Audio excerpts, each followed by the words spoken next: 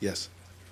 So much of this seems to be incredible lack of distrust on both sides as to what each one is doing. So do you have any thoughts on how to try and remove that distrust? And one thing that kind of comes up often is, you know, only these secretaries of state were not partisans, da-da-da. So could you address the secretaries of state and party affiliation, that specific issue, but other ways to build down or rather restore trust? Yes, and I will say that when we said that there were improvements in a lot of the ways that elections have been run, a lot of that has been because a number of secretaries of state have recently come into office very focused on improving election administration, and it has made a big difference. And in those states, it has diminished the partisanship and diminished the lack of trust. But we do think that long-term reform to move to universal voter registration is the best answer to obviate many of these issues.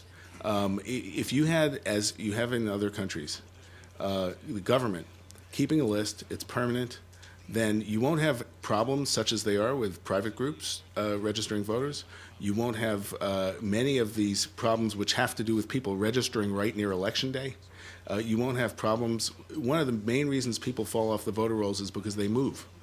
In some states, and tell me if I'm getting this wrong, in some places, if you move down the block, suddenly you're no longer registered.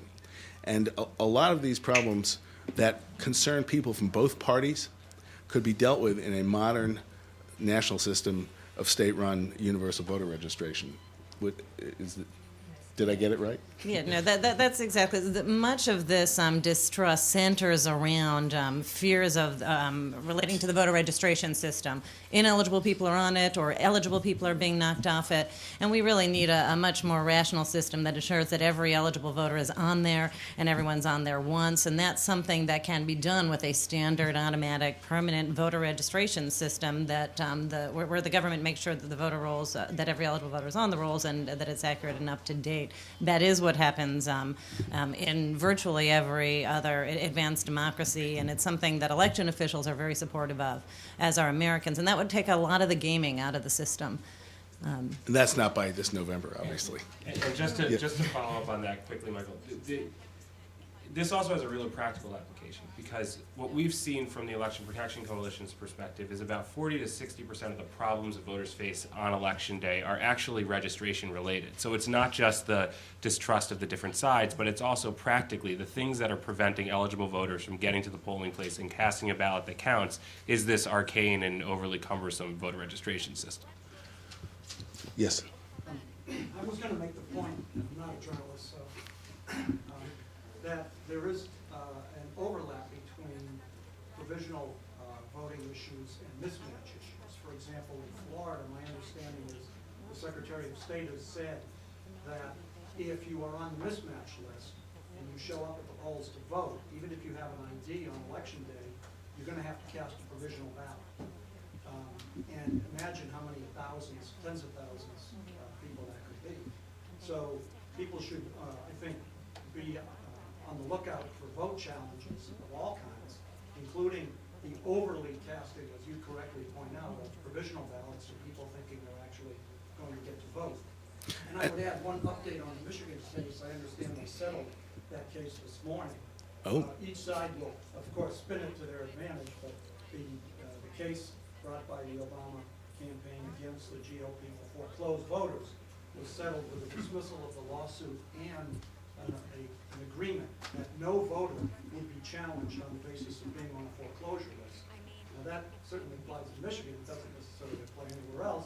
But the other issue is it doesn't mean there won't be challenges for some other reasons, say lack of address. That's right. It could include some of those same people. And the more these things happen on Election Day, the more people vote provisional ballots, the longer the lines, the more chaos at the polling place, and many people would walk away rather than having to face that. So it's far better to have voter lists that are strong and that people aren't kicked off of for arbitrary reasons than to pretend that we're solving a problem with provisional ballots on Election Day. Did you have a... Art? Yeah, are there any, in terms of the major abuses and categories of abuses or problems you've identified, are there major litigation that you or others will be doing in the next week or two to halt, block, stop, challenge, or fight back against any of the stuff that you're talking about that hasn't already been filed? It's only Monday. You have No comment. any announcements to make? Yeah, we'll certainly inform you and anyone else who's interested, if there's any new litigation that's filed. Unfortunately, this has been a very heavy litigation season because there have been so many unlawful voter intimidation and suppression efforts, and so all signs suggest that it is not slowing down, but we'll let you know. We have time for one or two more questions, and then obviously we're happy to stick around for any provisional or emergency questions you might have. First, a quick point of clarification. When you're advocating universal registration, do you mean that when a person turns 18, he's automatically registered, or is this something that upon first registration you remain registered for life? How would that go? We have a draft proposal, and we're working with potential sponsors in Congress and others, and there are any number of ways to do it, but it does seem to make sense that if you can have it be that when people turn 18, they're, at least men are registering for selective service. There's a whole lot of different ways that it would be appropriate for people, or even pre-registering in high school, to get on the rolls, and then the key is staying on the rolls. And again, it's important that people understand, because of these new statewide computerized databases, which are new under the Help America Vote Act, it makes it a lot more possible to do this than was the case 10 years ago or 40 years ago.